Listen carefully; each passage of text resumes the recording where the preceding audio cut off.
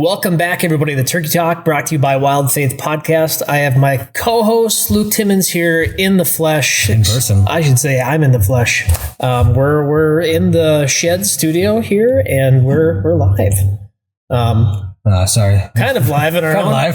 Yeah, Got something going on in the we background. got commercials going on in the back. But, so this episode of Turkey Talk, we wanted to bring you guys a little snippet on turkey calling and kind of going into more detail on that. Yeah, I mean, it's less than a month now, so it's relative. Of course, I've packed up all my stuff to come over tonight and forgot my packet of mouth calls. So any it's a good thing I've got my all good tip for anybody. If you are a Zin chewer or chewer, I have too many of these that I'm not proud to say, but these are the perfect little carriers for your mouth calls. This is, I think, a old Velo pouch one. It's just, I like it because it's extra small and it's not too big, but it fits right in my bino harness and keeps all my calls. I think, let's see, I've got one ghost call, I've got a bat wing in here, I've got a reverse cut, I've got another, what is this? This is an old Woodhaven one. That's another ghost cut one. So yeah, a lot of goodies. You got all the goodies. I got two of Shane's calls and they're really good. Nice. Like them? Yep. Yeah. They're crispy. Yeah. It's always like, I mean, for people that know their mouth calls, like brand new mouth calls is so nice. Yeah. No, it is. What's your favorite? What's like, because like we talked with Shane, you kind of got to find your right air channel, and then based off of that, your, whatever cut works best for you. Yeah. So for me, my air channel lies more in the center to more on my left side of my mouth. So like if you get those reverse cuts that open up, I can't remember what the name of them, that open up this way, those don't really work well for me. But any of those cuts that open this way, or like a bat wing, or even like my center, like I have a fairly decent center size channel for my air. So like all those ghost cuts, no matter what kind of cut it is, usually tend to do really well for me. And the interesting thing I learned from Shane, I didn't know that there was multiple different options of calls of between like, low flex, medium flex, and like a high flex from a tension perspective. Okay. So I didn't really realize that was the thing, because it's like when, for people that are listening, like when you go into Walmart, and Shane did a really good job of explaining this. Sorry, we got shed cats in the background here.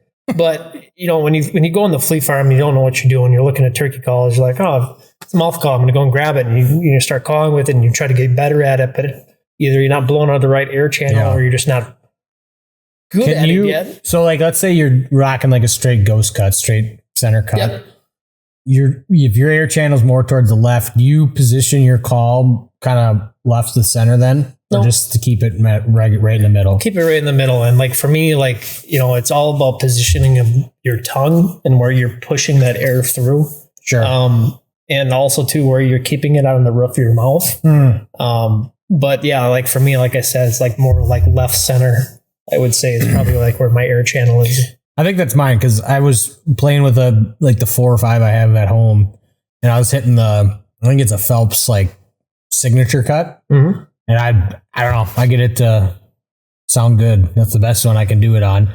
Yeah. But it was funny listening, not funny, but it was like eye-opening listening to Shane talk about it, because it is like that light bulb moment where you're like, oh yeah, oh hi kitty. Gonna go right in front of the camera. These are new These are cats. feral cats, so they may attack. He's chewing down. He's gonna end up like the kitty off a Christmas Vacation pretty soon if he's chews on that light strand. But no, I think it's a Phelps like tripping hen, but I just can get all sorts. I can do like the Kiki run. I can do all sorts of yelps, cuts. I tried gobbling. Sounds terrible. That's the one call that I think if I had to make a turkey gobble, I could pull one off. But like it blows my mind every year that you watch the videos from the kids. Oh, it's insane. And some of them do it without even anything. It's just I know. Nothing. It's incredible. Yeah. But there is an art to gobbling with a turkey call and getting a chugga chugga chugga chugga chugga. Yeah. Basically, like I can't get my mouth to work fast enough to get it to sound, but I can get it where it sounds like a Jake that's probably getting choked. Yeah. I actually saw, I think it was, who was it today that shared a video of a hen gobbling? Yeah, I have videos. I can't remember of hens gobbling, but they're lost in hard drives. Yeah, I've never seen one gobble. I've seen them do like a quarter strut or something or fan out, but I don't know if you were with me the one day. This would have been probably before the time of you really getting the turkey hunting. Would have been back in like the BYP days. Yeah. We were filming out at Grove Dolls, and we had a hen that it's the only time I've ever seen it in person. And I know we filmed it all. I just lost it in a hard drive way back in the day, but yeah. Coolest thing I've ever seen, though. I mean, she was full strutting out, and she was, doing all boss hen. Yeah, it was. I've never seen it. It's cool. Yeah, it is kind of fun to just kind of getting her back outside after. I mean, we're on the precipice of a foot of snow here tomorrow, but getting back outside and just getting, I was talking to one of the daycare dads today, and they got a ton of turkeys at his place, and he's like, yeah, they're starting to gobble. It gets me excited for hunting season, because it's like, even though like there's 3 months of summer in between spring and fall season, I feel like once turkey season hits, it's go. That and the hard thing, we've been talking about turkeys for over a month and a half now. Yeah. So give me a good, I'm gonna put you on the spot here. Give me a good Kiki run on one of your. Oh man, that's gonna be one of your mouth calls. It's gonna be loud on the mics. Just do it like quartering away or something. So it's like the nice thing. So like, I don't know if you guys can see in the video. So like this ghost cut I have, this is a Woodhaven from the Viper series, I think it is. This one's it's old and broke in, but it's awesome because I can still hit those Kikis. Key highs. And like, honestly, like Kiki is a kind of a fall call, but I use it in the springtime too. But like, I can get really soft with this one. Unlike all these other calls, I can't get super, super soft. But do you find yourself like when you're making the like calls, and maybe it's just more because I'm in the beginner stages of calling, like trying to say like the words that you always hear people say, like a yelp is like yak, yak, yak, yak, yak. Because it's like, for me, like when I get it's like a closed loop thing where it's like I'm saying yak and then I'm doing that motion with my tongue on the call, then it just kind of becomes. I think it's a really good starter premise for people that don't understand, and I think it's more or less getting your mouth mechanics and your jaw to do what you're supposed to. So like I feel, and like Shane talked about it too, like, and I've never thought of that before, of like thinking as like a mouth call is an instrument. Yeah. And you got to learn how to, just like playing guitar, you're moving your fingers, giving your brain the work of it. I think there's also that premise of where you teach your jaw and your mouth and your tongue, and they're all working in coordination to like fit that right air pocket of how your tongue's positioned on the top of your roof to hit that call where it rolls that off. So maybe subconsciously you're thinking you're saying that, but really you're not. I don't. Your mouth saying it. Yeah, you're saying like the muscle memory is there. Because like that's what I like have really started to like hone in on, of like just getting that going and then putting the call in, doing it, and I think it's working. I guess we'll see here in about a month. Well, I'll try doing a Kiki. It's gonna be so loud.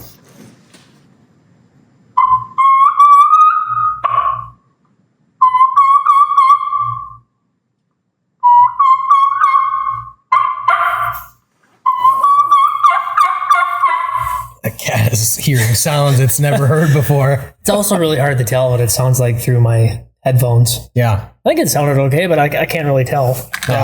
We'll do calling. I mean, we'll have to film it. But we can go through some calling how-to tutorials. I'm going to imagine that is going to be really loud. Probably. In post. Yeah. But that's okay. Turn down a little bit, and that'll be just fine. Yeah, I mean, calling it's like shooting your bow. Like, you got to just do it and do it often, because it's like, we were talking about the muscle memory, the just getting better. And that's like what you were saying earlier before we hopped on, like talking with Shane's, like gives you that bit more confidence to do a little bit better and be a little bit better on your calling too. Well, and the one thing that he said that really hit home for me, I think I'm at a phase in my calling where I need to call year round. And that's the thing that I'm guilty about. I always have turkey calls in my truck. And especially like coming down to the farm, whatever it is, it's like 3 hour drive here, 3 hour drive there. There's a 3 hour drive there. I mean, especially when I'm by myself, it's like game on. Easy. But when you got the whole fam, the wife and kiddos in the car, it's like, well, all right, you guys are going to be deaf. And you get about 3 seconds into it, and they just get the side look of like, done. But no, and that's like, I mean, and that's where I'm guilty too. I mean, the good news is we're ahead of the game because the season doesn't start till April. Yeah. For us. But at the same time, it's like, I started calling probably 2.5, 3 weeks ago, and that was probably the first time I broke the calls out and really started, like every week when I go to work, I got a 30-minute drive to work. I got 20 minutes to work on calls. Yeah. How do you go about like this talking now on the hunt? Like if it's like a pretty, typical morning where you're getting some reactions, how often are you calling? Totally depends. Well, like, you're calling, you're doing some soft like tree yelps, they flew down. Mm-hmm. What are you doing after that? And then based on what you really hear, just assessing the situation. Like if it was a quiet morning, like I'm probably not going to be hammering calls because the birds are quiet, you know. And if I hear a tom fire, saying it's a quiet morning, if I hear a tom fire off, I might hit him with 2 calls. If he responds back to me, I'm probably going to shut up and see what happens. But I mean, if it's a morning where it is just all, and we've had those mornings where all hell breaks loose and it is just game on, fire, you got hens firing back at you, I will repeat what they do, and I will just keep that cadence going. And like if I know if I can get the hens in, I can get the they're gonna that's exactly what happened with the bird I got Noah shot last year. It was last ditch effort. All the birds were feeding in this like cattle pasture to our straight north, and 2 toms came up out of the ditch on the other side of the road, and they're heading that way. And it was just like, worst thing is they don't come over. So I'm just hammering on this pot call, just, and then I got the, boss hen mad enough and she started firing off. So then I would just keep back and forth with her, and it was enough to pull her. And then the tom just kept working over and worked out. Yeah. One of my favorite things is running a slate call and wolf call at the same time, and just being my own version of 2 hens just fighting with one another. Mm-hmm. But it's also been fun too. And like you watch the video that we put out last year of the double that I got with Zach. In that video, you could hear the jakes. I was fighting, like a tom would do, that'll happen. You get toms that are fighting, or even jakes that are fighting, like they do that clucking or putting or whatever it is. Yep. So like I can do that really well. The only thing I got to get better at, blows my mind watching the guys that can like just do that beautiful soft like purr, and they can get that little like I can whistle on a call, like you can but like how they do that with their mouth, I haven't figured it out yet. I've watched videos because like no one breaks that down how to do it in the video. Maybe I gotta have Shane give me a one-on-one, or I gotta talk with some other people. But it is beautiful watching them do it. But then it's like I feel like when I try to purr on a mouth call, it just sounds like I am fighting tom. Yeah. That's why I love running a slate call, because I can purr really nice on a slate call. Yep. And then I can do my putts and my clucks and stuff. Yep. On call. No, absolutely. Yeah. Yeah. It's nice having a little bit of everything when it comes to calling. The mouth calls are nice just because hands free. Yep. But when you can mix in some other stuff. Yeah, we got it. I mean, you got your box call. I got my owl hooter here. The one thing that I've never thought about doing until Shane told us to was doing a coyote call on a call. And I've been practicing that. I feel like I've got my howl down really good. How well that's going to work here, I don't know. But it's worth a try. Never tried it. Yeah. Might have to go just try and. Because I feel like every time I do a crow call, they never gobble. I just feel like it just around here. Yeah, I just feel like it just kind of goes up in the air, and I just feel like I'm telling birds that I'm here. Yeah. but it's the same thing with I don't know if coyote call is going to have that adverse effect, or if it's going to work, or if it'll be enough to get them to gobble too. Might be. But I have had a lot of success with the owl hooter. Yeah. But I'm not hooting at 9 o'clock in the morning. That's just more of, pre-morning, or if I'm getting out there in the evening trying to put a bird down. Yeah.